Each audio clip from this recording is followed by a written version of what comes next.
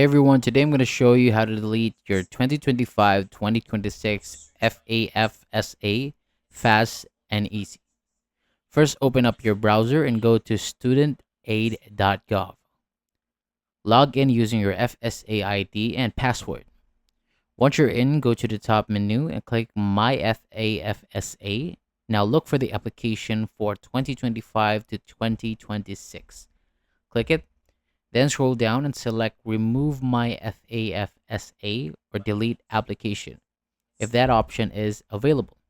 If you already submitted it and it's been processed, so you can't delete it, but you can make corrections instead. Still not seeing the delete button? That means your FAFSA has been processed and you'll need to contact Federal Student Aid or your school's financial aid office. And that's it. Hit the like if this helped, and don't forget to subscribe for more quick guides like this one. See you on the next one.